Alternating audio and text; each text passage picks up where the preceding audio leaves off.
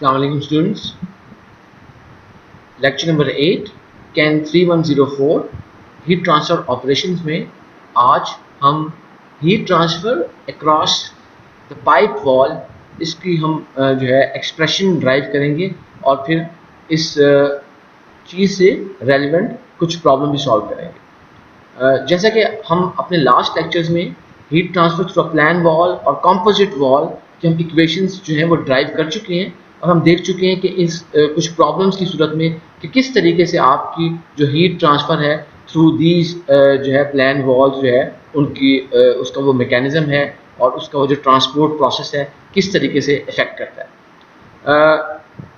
Process industries के अंदर जो है जैसे हीट एक्सचेंजर्स वगैरह हैं, हमारे पास पाइप्स हैं नॉर्मली कोई आपके पास जैसे शेल एंड ट्यूब पाइप्स हैं, आपके हीट एक्सचेंजर्स हैं, तो मोस्टली आपके पास कुछ सिलेंड्रिकल आपके पास कोई जो है ऑब्जेक्ट्स होंगे कि जिसके अंदर से कोई फ्लो हो रहा है।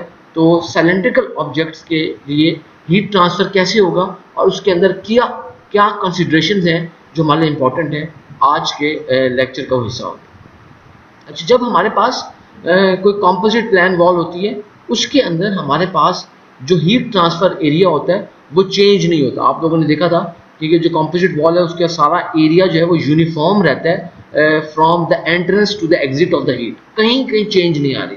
अच्छा, वो क्योंकि एरिया कांस्टेंट रहता है तो सारे वो हीट फ्लो पाथ की तरफ कांस्टेंट रहता है, तो हम एक कांस्टेंट एरिया उसकी वैल्यू ले लेते हैं। लेकिन जब आपके पास हीट फ्लो कर रही होती है, लेट्स से कि अगर आपके पास कोई पाइप है उसकी लेंथ L है और जो है आपके पास जो सरफेस एरिया है हीट ट्रांसफ़र का पाइप्स के लिए वो कांस्टेंट नहीं होगा। इसकी ज़रा मिसाल देखते हैं। देखिए, आपको यहाँ पे एक पाइप शो किया गया, एक पाइप है, इसकी लेंथ L है, ये उसकी लेंथ L शो की गई है। अच्छा, अब ये देखिए पाइप है तो ये पाइप की थिकनेस है, ये जो है पाइप की ये थिकनेस है, यहाँ से लेकर यहाँ तक की पाइप की थिकनेस है। अच्छा, अब क्योंकि because of the thickness of the pipe हमारे पास जो है उसके लिए जो हीट ट्रांसफ़र एरिया है वो सेम नहीं है। क्यों सेम नहीं है? एक तो ये जो है आपके पास एक सिलेंड्रिकल शेप है और सिलेंड्रिकल शेप के लिए जो सरफेस है, जैसे आपके पास हम जो नॉर्मल आपके पास कोई रेक्टेंगुलर शेप है या एक्स वाई प्लेन के अंदर आपके पास जो थी, हमारे पास नॉर्मली हम एरिया निकालते हैं तो हमने लेंथ इंटू विड्थ या विड्थ इंटू हाइट या टू लेंथ्स या टू विड्थ आपने उसके एरिया निकाल लेते हैं। तो सिलेंड्रिकल का जो एरिया है उसके लिए फिर आपको जो है जो एरिया निकालना है उसका फॉर्मूला भी डिफरेंट होगा क्योंकि उनका एरिया एक डिफरेंट तरीके से वो बिहेव कर रहा है। और इसमें अगर आप देखिए कि आपके पास ये सेंटर है और इस सेंटर से जो थिकनेस का इनसाइड एरिया है ये आपका पाइप का इनसाइड एरिया है।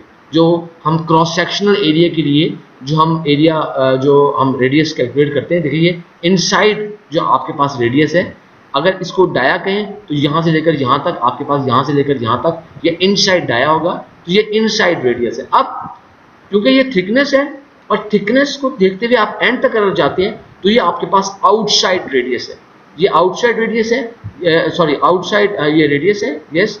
और अगर आप इस पूरे यहाँ से लेकर इसको यहाँ तक ले आए तो ये आपका आउटसाइड डायामीटर हो जाएगा। अब आप ये देख सकते हैं कि ये दोनों जो रेडियाई हैं ये दोनों डिफरेंट हैं। इनके आपको नजर आ रहा है कि RI जो है वो लेस देन RO है, तो यानी कि inside radius is less than the outside radius. तो इस वजह से आपका जो हीट ट्रांसफर का जो एरिया है वो कांस्टेंट नहीं है। जब आपके पास जो कोई हीट फ्लो कर रही है, let's say we have a hot fluid flowing through the inside of this pipe across the length L, हमारे पास एक फ्लूइड फ्लो कर रहा है। अब मसला क्या आ रहा है कि जो उसको हीट ट्रांसफर एरिया मिल रहा है वो सेम नहीं मिल रहा। एक तो उसके पास RI है, उसके बाद फिर R0 से भी उससे मिलना है, कांस्टेंट नहीं है। इसके अंदर जो है हम देखेंगे कि किस तरीके से हम ऐसे सिस्टम्स के लिए हम हीट ट्रांसफर की इक्वेशन को हम ड्राइव कर सकते हैं। अच्छा, फिर इधर यहाँ पे देखिएगा, इसी तरह यहाँ पे आपको दो चीज़ें दिखाई गई हैं, एक TI और TO। जो TI है ये बेसिकली इनसाइड टेम्परेचर है, यानी कि जो आपका ये corresponding to the inside radius, और ये जो आउटसाइड टेम्परेचर है ये आउटसाइड पाइप का टेम्परेचर है और ये it corresponds to the outside radius. जो सिलेंड्रिकल जैसे पाइप है, एक सिलेंड्रिकल आपके पास इस तरह का है हमारे पास ऑब्जेक्ट, तो हम नॉर्मली इसके लिए जो पाइप्स का जो सरफेस एरिया है हम हीट ट्रांसफर के लिए हमें सरफेस एरिया चाहिए होता है, हमें क्रॉस सेक्शनल एरिया जो π/4d² है, हम उसको फ्लूइड मैकेनिक्स में यूज़ करते हैं for calculating the flow area. जो हमारे पास हीट ट्रांसफर का एरिया है वो सरफेस एरिया है हीट ट्रांसफर का। क्यों सरफेस एरिया? देखिए कि आपके पास ये सारी जो हीट है ऊपर हर जगह से उसकी वो ट्रांसफर कर रही है हीट, तो इसलिए आपका जो सरफेस एरिया उसका जो फॉर्मूला होता है वो A = 2πRL। अच्छा, तो अब हमारे पास इसके लिए अगर फॉर एग्जांपल आप रेडियस ना यूज़ करें, आप डाया यूज़ करें, तो आपको पता है कि जो रेडियस होता है द रेडियस = 2 टाइम्स या सॉरी आपके पास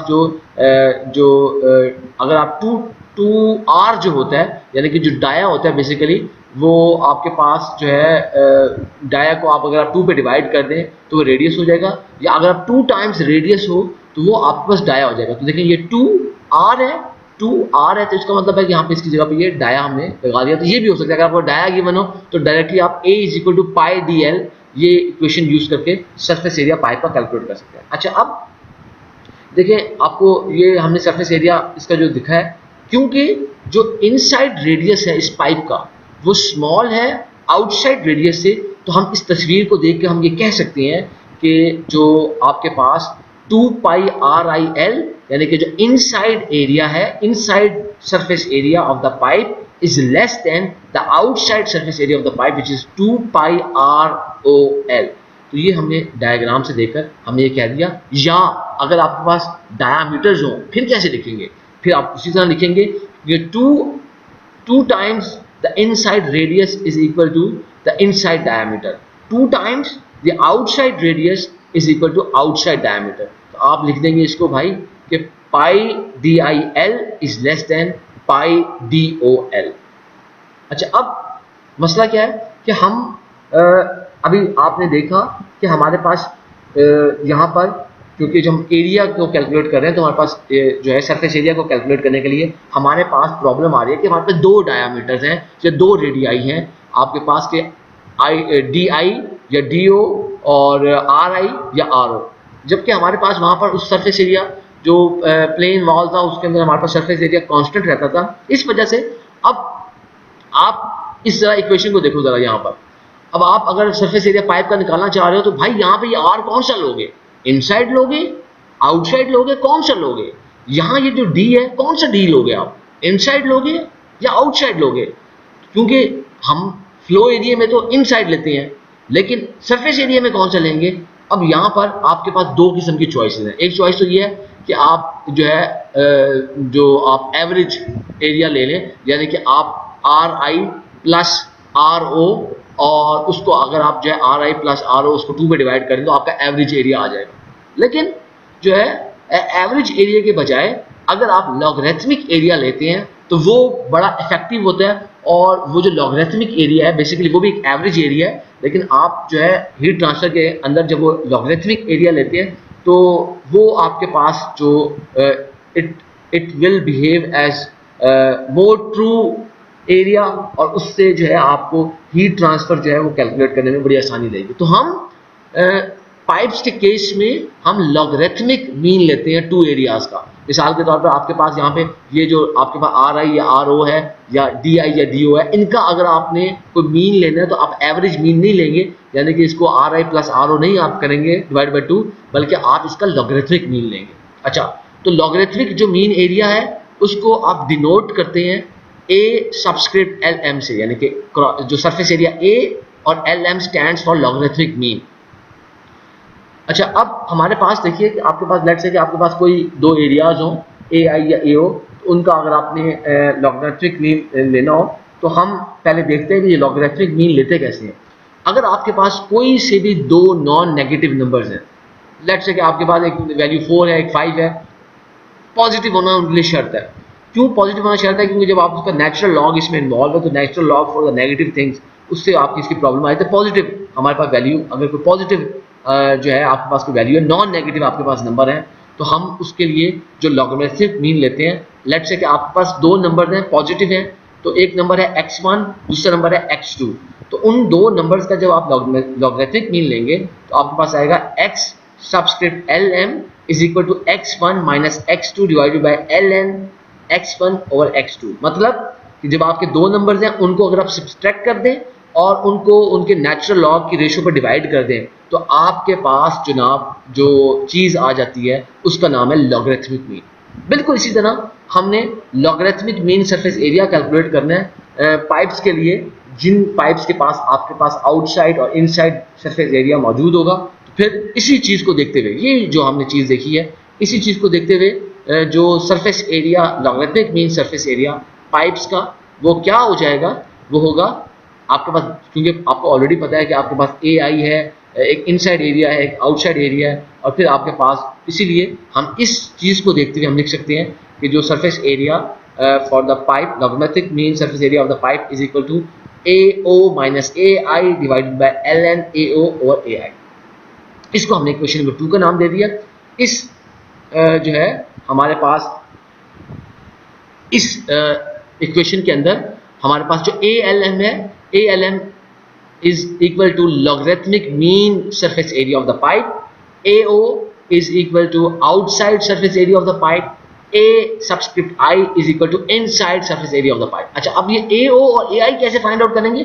बहुत सिंपल है, मैं आपको इक्वेशन नंबर 1 में आपको ऑलरेडी दिखा चुका हूँ कि आपने जब ये AO या AI मालूम करना है तो जस्ट आपने देखें, अगर आप AO मालूम कर रहे हैं तो यहाँ पर DO आ जाएगा, AI मालूम कर रहे हैं तो DI आ जाएगा, इसी तरह अगर आप यहाँ पे AI मालूम कर रहे हैं तो यहाँ पे RI आ जाएगा, यहाँ पर AO मालूम कर रहे हैं तो यहाँ पे RO ले लेंगे। तो हमारे पास इस तरह AO और AI तो निकाल सकते हैं, लेकिन अगर आपने ARL जो ALM लॉगरिथमिक मीन निकालना है तो उसके लिए फिर आपने इन दोनों को किस तरीके से यूज़ करना है वो हमने यहाँ पे देख लिया।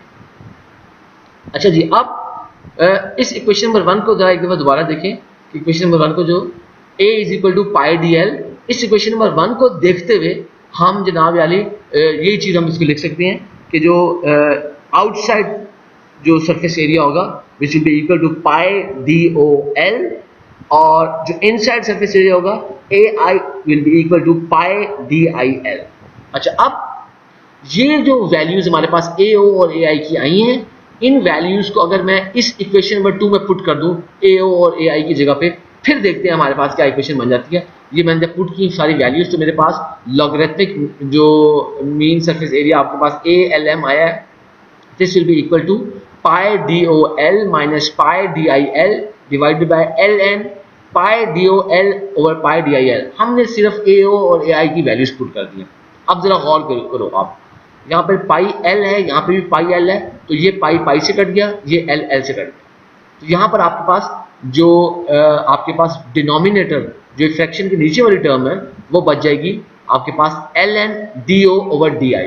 ऊपर देखते हैं, अब ये देखो यहाँ पर पाई इसमें भी है और इस टर्म में भी L दोनों टर्म में है, तो आप पाई और L कॉमन ले लेंगे और बाकी DO माइनस DI आ जाएगा। तो इक्वेशन नंबर 3 आपकी क्या बनी? तो logarithmic mean surface area ALM is now equal to pi L DO minus DI divided by ln DO over DI।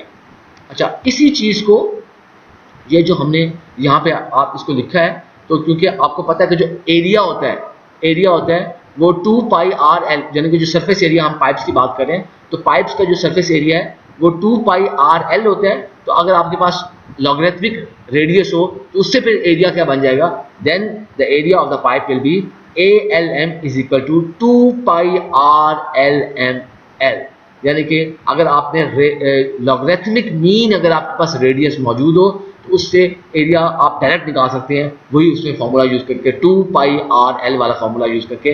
Then the R, simple R will be replaced by the logarithmic mean radius. इस equation को मैंने equation number 4 का नाम दे दिया। अच्छा जी, इस equation के अंदर हमारे पास RLM क्या है मैं बता चुका हूँ। RLM is your logarithmic mean radius है, और लॉगरिथमिक मीन रेडियस निकालने का क्या तरीकाकार है? अगेन क्योंकि आपके पास RO और RI दो रेडियाई हैं, तो फिर आपने लॉगरिथमिक मीन जो रेडियस निकालना है, this will be equal to, आपको पता है कि लॉगरिथमिक मीन आपने कोई वैल्यू निकालनी हो तो आप उन दोनों वैल्यूज को सब्सट्रैक्ट कर लेते हैं और उनके नेचुरल लॉग पे डिवाइड कर देते हैं। इस तरह हमने RO minus RI divided by ln RO over RI, हमने ये जो है RLM कैलकुलेट कर दिया। अच्छा, अब थोड़ा सा आप याद कीजिए कि हम जब हमारे पास हम प्लान वॉल वगैरह हम देखते होते थे, हम ये कहते होते कि अगर आपके पास कोई हीट ट्रांसफर ग्रेडियंट मालूम करने के लिए हम कहते होते थे कि भाई आपके पास जो टेम्परेचर डिफरेंस है अगर एक साइड ऑफ द वॉल से दूसरी साइड ऑफ द वॉल तक, तो हम उसको टेम्परेचर डिफरेंस को डेल्टा टी हम लिखते थे, और हम टेम्परेचर ग्रेडियंट को लिखते थे कि वो क्योंकि टेम्परेचर जो ग्रेडियंट होता था वो टेम्परेचर डिफरेंस और थिकनेस उसका वो होता था, तो डेल्टा टी और डेल्टा एक्स ये हमारा पास हीट ट्रांसफर का जो है वो टेम्परेचर ग्रेडियंट होता था।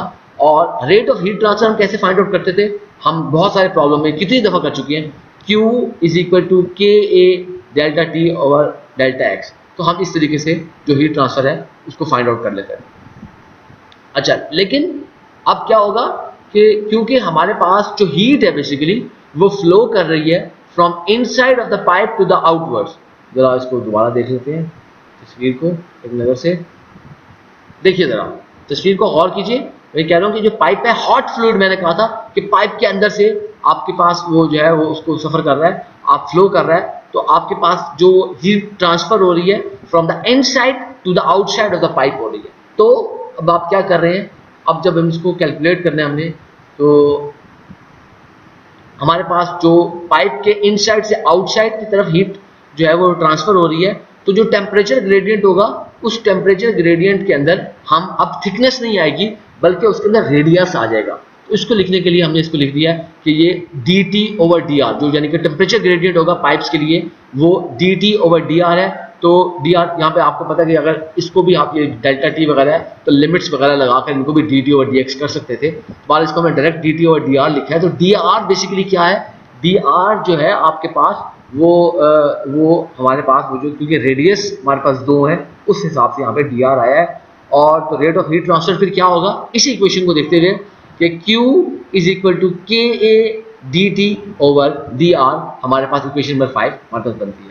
अच्छा, अब हमें पता है सबको कि जो सरफेस एरिया है, हम कितनी दफ़ा आज के इस लेक्चर में देख चुके हैं कि जो सरफेस एरिया ए है पाइप का वो होता है 2 पाई आर एल। ठीक है जी, हमें पता है कि अगर आपके पास लॉगरिथमिक मीन रेडियस होगा तो यहाँ पर एरिया जो आ जाएगा, सरफेस एरिया जो आ जाएगा वो लॉगरिथमिक मीन सरफेस एरिया आ जाएगा। ये हमें पता लग गया, पता है। तो अब इस a की वैल्यू को मैं इक्वेशन नंबर 5 में पुट कर देता हूँ, तो फिर देखता हूँ मेरी इक्वेशन क्या बन जाती है। मेरी इक्वेशन बन जाती है Q is equal to K, a की जगह पर मैंने उसकी सरफेस एरिया की वैल्यू पुट कर दी 2 pi R L D T over D R.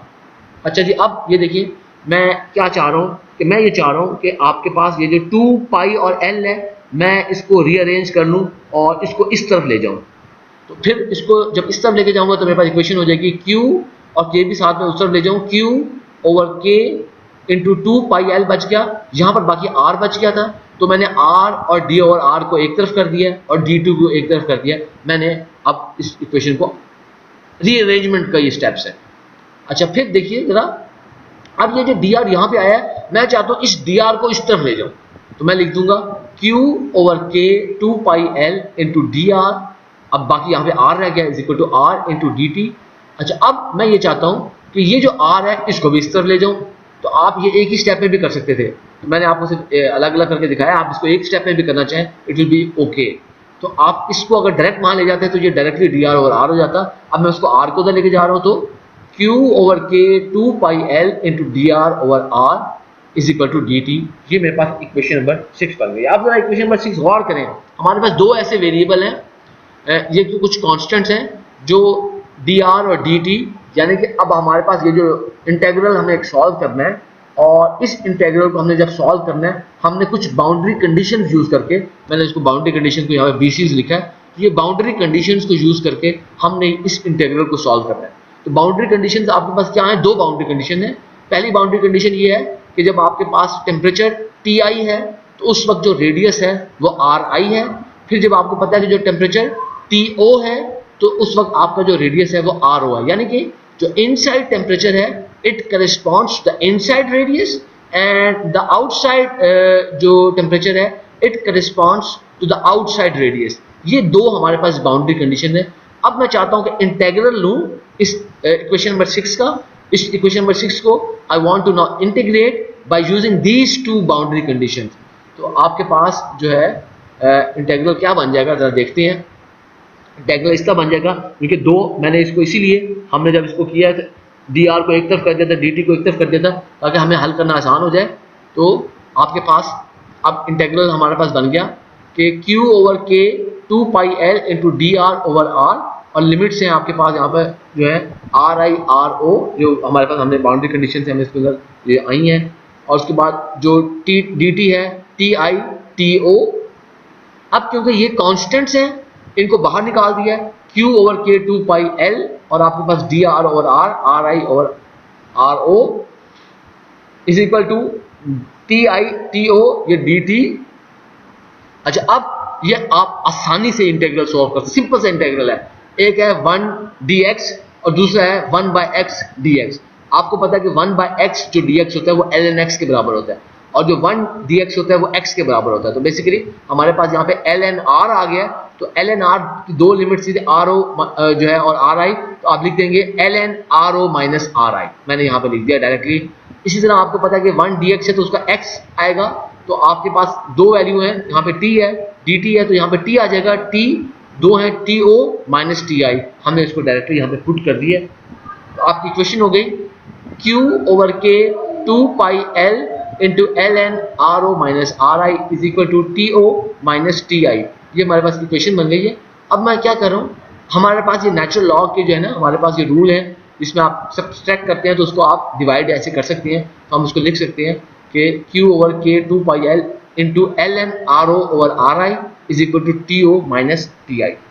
अब मैं वही स्टेप कर रहा हूँ, ये जो L N O R O और आर आई है इसको मैं इस तरफ ले जाता हूँ, क्रॉस मल्टीप्लाई समझे कर दिया है। तो Q over K 2 pi L is equal to T O minus T I divided by L N R O over R I, ये मेरे पास एक इक्वेशन बन गई है।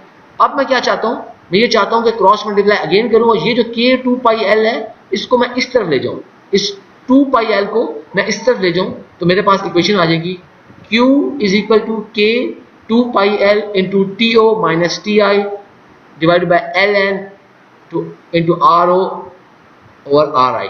इस इक्वेशन को मैंने इक्वेशन नंबर 7 का मैंने नाम दे दिया। अच्छा, अब क्योंकि ज़रा इसको तस्वीर करते हुए दोबारा देखते हैं, अब ज़रा गौर कीजिए, ये जो है बेसिकली आप देख सकते हैं ये थिकनेस है, पाइप की थिकनेस है, ये पाइप की थिकनेस है। आप इस पाइप की अगर थिकनेस को अगर हम मालूम करना चाहें तो ये क्या हो सकती है, ज़रा इसको ज़रा गौर करो, ज़रा यहाँ पे दोबारा देखते हैं, तस्वीर को दोबारा गौर करो। देखो, आपने ये वैल्यू मालूम करनी है, ये आपने थिकनेस मालूम करनी है। आपके पास अगर ये दो रेडियस मालूम हो, ये देखें आपके पास एक आर ओ है और एक आपके पास आर आई है। आप आर ओ में से अगर आर आई माइनस कर दें तो आप ये इजीली थिकनेस फाइंड आउट कर सकते हैं। दो चीजें आपके पास आर आई और आर ओ, तो आप आर ओ में से अगर आर आई माइनस कर दें तो आपके पास यहाँ पर थिकनेस की वैल्यू आ जाएगी। इसी कॉन्सेप्ट को हम यहाँ पे यूज कर रहे हैं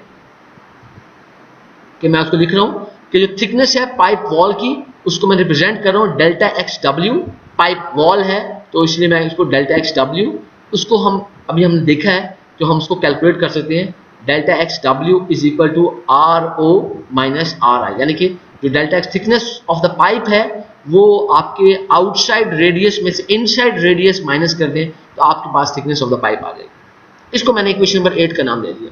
अच्छा, अब क्योंकि आपके पास आर ओ और आर आई आपको पता है कि ये हमारे पास दो रेडियाई हैं, तो अगर मैं जो है लॉगरिथमिक मीन रेडियस निकालना चाहूँ, आर एल एम निकालना चाहूँ, उसका फॉर्मूला आप निकाल सकते हैं। हमने ऊपर निकाला भी था, आर एल एम हो जाएगा क्योंकि ये दो नंबर हैं तो दोनों नॉन नेगेटिव नंबर हैं, पॉजिटिव नंबर हैं, तो R O minus R I divided by L N R O over R I, ये हम इसको लिख सकते हैं। तो इसको अगर मैं अब जो हम इसको कर रहे हैं, इस R O minus R I को मैं इस तरफ ले आऊँ तो मैं लिख सकता हूँ R L M over R O minus R I is equal to 1 over L N R O over R I, या मैं इसको इस तरह भी लिख सकता हूँ कि 1 over L N R O over R I is equal to R L M R O minus R I. अब जरा गौर करते हैं क्या होता है। अब आपके पास ये जो वैल्यू आई है, देखें ये 1 over L N R O over R I की जो वैल्यू आई है, इस वैल्यू को अगर हम इक्वेशन नंबर इस 7 में पुट कर दें, देखें यहाँ पे आपके पास 1 over L N R O over R I है, ये 1 over L N over R O I है। इसकी जगह पर अगर आप ये पुट कर देते हैं अगर आप ये पुट कर देते हैं R L M over R O minus R I. तो फिर देखते हैं कि आपकी क्या इक्वेशन हो जाएगी, क्योंकि मैंने वहाँ उसी इक्वेशन नंबर 7 को थोड़ा सेपरेट करके लिख लिया ताकि आपको इंसर्ट करना आसान हो जाए। तो Q is equal to K into 2 pi L into 1 over L N R O over R I into T O minus T I. तो Q is equal to K 2 pi L और 1 over L N R O over R I की जगह पे हमने इसको देखा है कि अभी ऊपर कि वो बराबर है R L M over R O minus R I के। तो मैंने उसकी यहाँ पे वैल्यू पुट कर दी है, R L M over R O minus R I is equal to T O minus T I. इन चीज़ों को हम लिख रहे हैं। जरा मज़ीद आगे बढ़ते हैं और देखते हैं।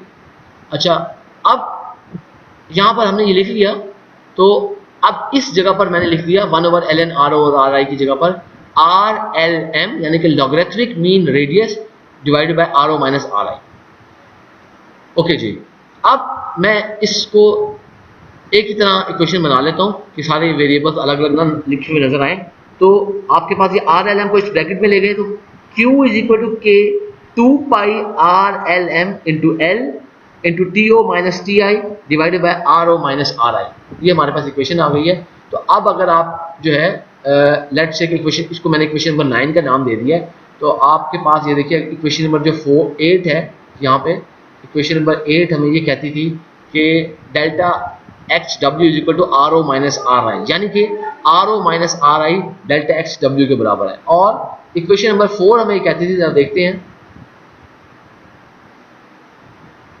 इक्वेशन नंबर 4 हमें ये कहती थी कि A L M is equal to 2 pi R L M L. तो अगर आपके पास 2 pi R L M L हो तो उसकी जगह पर ए एल एम लिखा जा सकता है। तो इस दो चीज़ों को हम यूज़ करेंगे अपने फर्दर इक्वेशन नंबर 9 को प्रोसेस करने के लिए। तो अब यहाँ पे ये देखिए आपके पास एक चीज़ आ गई है 2 pi R L M L, sorry 2 pi, एक सेकंड मैंने इसमें एल शायद मिस कर दी है, 1 सेकंड। बिल्कुल बेटा, इसमें से मैंने एल मिक्स कर जो है मैंने मिस कर दिया, तो ये इसमें स्मॉल मिस्टेक है।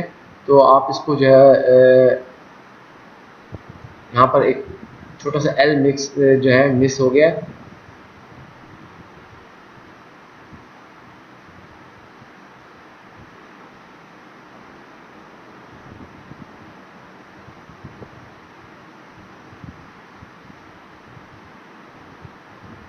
अच्छा,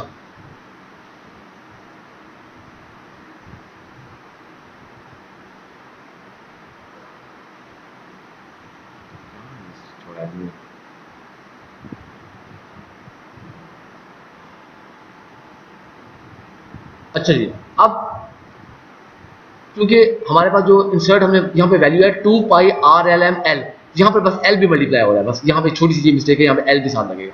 तो जो आपके पास हम 2 pi R L M L equation number 4 से और R O minus R I, इनकी अगर वैल्यू हम पुट कर दें इक्वेशन नंबर 9 में, तो हमें पता है कि जो 2 pi R L M L, यहाँ पे सिर्फ एल मिसिंग है, 2 पाई इसका ये चीज़ इक्वल होती है ए एल एम के, यानी कि आपके पास जब लॉगरिथमिक मीन रेडियस होगा और 2 पाई आर एल हो और आर आपका लॉगरिथमिक मीन हो, तो एरिया जो है वो logarithmic mean surface area A L M हो जाएगा। अच्छा, फिर इसी तरह आर ओ माइनस जो आर आई है वो डेल्टा एक्स डब्ल्यू के बराबर है, तो क्यू हो जाएगा आपके पास K A L M T O minus T I over delta X W. फिर जब हम इसको इस तरह भी लिख सकते हैं कि देखें, अगर K into A L M T O minus T I, इसको अगर मैं डेल्टा टी लिख देता हूँ और ये डेल्टा एक्स डब्ल्यू, ये डेल्टा एक्स डब्ल्यू यहाँ पे आ गया। तो ये जो इक्वेशन नंबर 10 और 11 है, ये आपकी यूज़ करते हैं हम to calculate the heat transfer through a pipe wall. अब ये जो इक्वेशन है, आप ज़रा गौर करें, ये equation it is very much similar to the one equation we used for the plane wall, जो हमने उसके लिए यूज़ की थी। तो आपके पास वही है, वो जो उनके लिए इक्वेशन होती थी, Q is equal to K A over delta X into delta T. उसमें हमारे पास यहाँ पर सिर्फ फर्क क्या आया है, वही के, उसी तरह आपके पास मटेरियल आ जाएगा, जो आपका पाइप का मटेरियल है उसका मटेरियल आ जाएगा। हमने पाइप के केस में हम जो है वो यूज़ करते हैं लॉगरिथमिक मीन सरफेस एरिया। उसके लिए जो हमारे पास खाली आपका जो एरिया था, वो आप लेंथ या विड्थ है या लेंथ आपका हाइट है, उसको मल्टीप्लाई करके आप एरिया यूज़ कर रहे हैं। फिर या एरिया आपको पता था कि कांस्टेंट होता था। दूसरा, यहाँ पर आपके पास जो थिकनेस होती थी वो डेल्टा एक्स होती थी, यहाँ पर वो वॉल थिकनेस है डेल्टा एक्स डब्ल्यू है, लेकिन आती कैसे है, आप आउटसाइड और इनसाइड रेडियस को माइनस करके आपको बताता है। तो ये इक्वेशन आपकी बहुत सिमिलर है बेटा। इसी चीज को हम एक प्रॉब्लम की मदद से भी देखते हैं कि हम इसको प्रैक्टिकली हम इसको किस तरीके से यूज कर सकते हैं इन कॉन्सेप्ट्स को। अच्छा जी, स्टेटमेंट है प्रॉब्लम में 11, a glass pipe has an outside diameter of 6 inch and an inside diameter of 5 inch. It will be used to transport a fluid which maintains the inner surface at 200 degree Fahrenheit. It is expected that the outside of the pipe will be maintained at 175 degree Fahrenheit. The glass has a thermal conductivity of 0.63 BTU per hour per foot square per degree F per foot. What heat flow will occur? तो बड़ा simple सा सवाल है कि हमारे पास एक glass pipe है और ग्लास पाइप का जो आउटसाइड डायमीटर है वो 6 इंचेस है, जो ग्लास पाइप का इनसाइड डायमीटर है वो 5 इंचेस है। बेसिकली हम इस ग्लास पाइप को एक फ्लूइड को ट्रांसपोर्ट करने के लिए यूज कर रहे हैं, और जो फ्लूइड ट्रांसपोर्ट हो रहा है हॉट फ्लूइड है, तो वो जब जिसका इनर सरफेस के साथ यानी कि जो इनसाइड उसका टेम्परेचर है वो 200 डिग्री फॉरेनहाइट है और जो आउटसाइड टेम्परेचर है वो 175 डिग्री फॉरेनहाइट है। अब जो ग्लास की थर्मल कंडक्टिविटी वो भी गिवन है, हमें हीट फ्लो मालूम करना है, तो जो गिवन डाटा है वो देख लेते हैं। हमारे पास आउटसाइड डायमीटर ग्लास पाइप का गिवन है DO 6 इंचेस, इनसाइड डायमीटर हमारे पास ग्लास पाइप का गिवन है DI is equal to 5 inches. हमारे पास टेम्परेचर गिवन है इनर सरफेस का या इनसाइड सरफेस का TI is equal to 200 degree Fahrenheit. हमारे पास टेम्परेचर गिवन है आउटसाइड सरफेस का या आउटर सरफेस का TO is equal to 175 degree Fahrenheit. तो जो थर्मल कंडक्टिविटी है ग्लास की, जो थर्मल कंडक्टिविटी है ग्लास की, वो जो K है वो इक्वल होगी 0.63 BTU पर आवर पर फीट स्क्वायर पर डिग्री F पर फिट। इसको लिख रहे हैं इसे BTU into feet per hour into feet square पर डिग्री F। तो जो heat flow across the pipe Q है वो हमने कैलकुलेट करना है। अब हमें पता है कि जो heat flow across the pipe wall है, this is given by Q is equal to K into 2 pi R LM into L into TO minus TI और RO minus RI। Equation number 1 मैंने इसको कह दिया। हमें ऑलरेडी अभी हमने थोड़ी देर पहले इसको ड्राइव किया है, हमें ये पता है कि जो heat transfer across the pipe wall उसको फाइंड आउट करने का ये तरीकेकार है। अच्छा, अब जरा इसको गौर करो, हमें क्योंकि यहाँ पर जो लेंथ L है पाइप की स्टेटमेंट में कहीं गिवन नहीं है, हम इसको यूज नहीं कर रहे, हम सिर्फ इसको इस एक्सप्रेशन से इस तरह निकाल देंगे कि हम इसको Q ओवर L के टर्म में हम अपना ये सवाल हल कर लेंगे। तो रीअरेंज कर रहे हैं इक्वेशन नंबर 1 को। तो जब रीअरेंज किया इक्वेशन नंबर 1 को आपके पास आ गई, सिर्फ हमने ये किया कि जो L है उसको निकाल कर Q के साथ डिवाइड कर दिया, क्योंकि हमारे पास वैल्यू नहीं थी, तो आपके पास Q ओवर L आ गया is equal to K into 2 pi R LM into TO minus TI और RO माइनस RI। इसको मैंने इक्वेशन नंबर 2 का नाम दे दिया। अच्छा, अब हमें पता है कि जो लॉगरिथमिक मीन रेडियस होता है वो बराबर होता है, आपको पता है लॉगरिथमिक मीन 2 वैल्यूज आपके पास RO और RI की वैल्यूज हैं, तो लॉगरिथमिक मीन रेडियस होगा RO minus RI divided by LN RO over RI। तो लॉगरिथमिक मीन जो रेडियस है RO minus RI will be equal जो logarithmic mean radius RLM will be equal to RO minus RI divided by LN RO over RI। अब अगर हम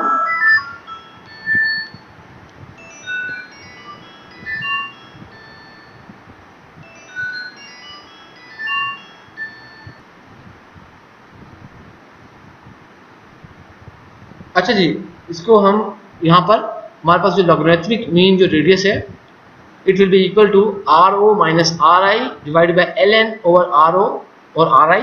तो हम इस लॉगरिथमिक मीन रेडियस को अगर अपनी इस इक्वेशन नंबर 2 में पुट कर रहे हैं, इस RLM की वैल्यू को हम पुट कर रहे हैं, आपके पास क्या हो जाएगा Q over L is equal to K 2 PI।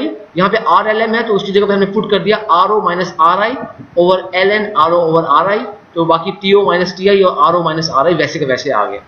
अब ये RO माइनस RI नीचे भी है ऊपर भी है, तो इस RO माइनस RI को हमने क्रॉस कर दिया, तो तो आपके पास जो इक्वेशन बच गई है Q over L is equal to K into 2 pi, अच्छा फिर इस तरह आपके पास TO minus TI over LN RO over RI, ये हमारे पास इक्वेशन नंबर 3 हमारे पास इक्वेशन नंबर बन गई है। अच्छा जी, अब इस इक्वेशन नंबर 3 के अंदर ये अगर आप स्टेप नहीं भी करेंगे जो मैं अभी आपको शो करने लगा हूँ तो भी आपके सवाल हल हो जाएगा, क्योंकि रेशियोज हैं तो रेशियो डजंट मैटर कि आप जो है उसको उस पर फर्क नहीं पड़ेगा, डायमीटर यूज करें यहाँ पर या रेडियस यूज करें, लेकिन क्योंकि RO लिखा हुआ है तो इसको मैं फिर आपके पास जो डायमीटर गिवन है उनको हम रेडियाई में कन्वर्ट कर रहे हैं। तो आउटसाइड जो डायमीटर था 6 इंचेस था, तो इनसाइड रेडियस क्या हो जाएगा, क्योंकि डायमीटर ओवर 2 जो d/2 वो रेडियस होता है तो आपका 3 इंचेस हो जाएगा। इसी तरह जो इनसाइड डायमीटर 5 इंचेस गिवन है तो आपका इनसाइड रेडियस क्या हो जाएगा, वो 2.5 इंचेस हो जाएगा। अब ये तमाम जो वैल्यूज हैं के TO TI RO और RI की, ये वैल्यूज मैं इस इक्वेशन नंबर 3 में अगर पुट कर दूंगा तो मेरे पास जनाब वाली जो है सिर्फ इसकी हमने कंप्यूटेशन करनी है, अब वैल्यू सिर्फ हमने इंसर्ट करनी है। तो Q over L is equal to 0.63 into 2 pi into यहाँ पे आपके पास TO माइनस TI जो था 175 माइनस 200 ओवर LN 3 ओवर 2.5, क्योंकि ये आपके पास रेशियो है, यहाँ पे आपके यूनिट नहीं आएंगे, तो अब आपके पास यहाँ पर जो K की यूनिट थे वो BTU into fit over per hour into fit square पर डिग्री F, और यहाँ पे जो इनका डिफरेंस है 175 माइनस 200 का ये डिग्री F, तो ये डिग्री F इस डिग्री F से कट गया, ये 1 फिट जो है एक इस पावर से कट गया, तो BTU per hour per fit आपके पास यहाँ पर वो आ गया है। तो आप इसको Q ओवर L जो है आप जब इसको सॉल्व कर रहे हैं तो Q ओवर L को तो आप इस ऊपर वाली न्यूमरेटर की टर्म को आपने जब सॉल्व किया तो माइनस 98.96 और इस डिनोमिनेटर को सॉल्व किया 0.1823 आपके पास आ गया BTU per hour per fit, तो आपका जवाब आ गया Q over L is equal to minus 542.84 BTU per hour per feet. लिहाजा जो 542.84 BTU per hour per fit जो हीट है, this will be transferred from the inside to the outside of this glass pipe. अच्छा, अब ये जो negative sign है ये क्या बता रहा है, नेगेटिव साइन ये बता रहा है कि, और ये कंफर्म कर रहा है कि जो है आपकी जो हीट है वाकई सिस्टम से सराउंडिंग की तरफ जा रही है, नेगेटिव साइन आ गई है, तो ये आपको उस चीज़ को कंफर्म कर रहा है। So this was our lecture number 8, heat transfer operations, Ken 3104. The lecture notes for this lecture and the video is available on lms and ocw.kfueit.edu.pk। बेटा प्लीज़ आप इस वीडियो को एक दफ़ा जो है देख लें, इन जो लेक्चर के हवाले से मटेरियल है उसको एक दफ़ा गो थ्रू कर लें, ताकि अगर आपके कोई सवालात हैं तो आप जो है उनको लाइव सेशन में आप उन सवालात को जो है अपना कर सकें। इसके अलावा आप मुझसे जो है ईमेल करके या मुझे व्हाट्सएप पे टेक्स्ट मैसेज भेज के, तो जब बेटा आप टेक्स्ट मैसेज का मतलब टेक्स्ट आप लिख के मैसेज करें, काइंडली जो है मुझे वो पिक्चर्स या कोई ऑडियो फाइल्स जो है उसमें सवाल की सूरत में वो भेजने से ज़रा परहेज़ करें। अगर वैसे भेजनी है तो फिर आप जो है वो ईमेल के ऊपर आप फिर आसानी होती है, उसमें कोई मसला नहीं होता। थैंक यू वेरी मच, अल्लाह हाफिज़।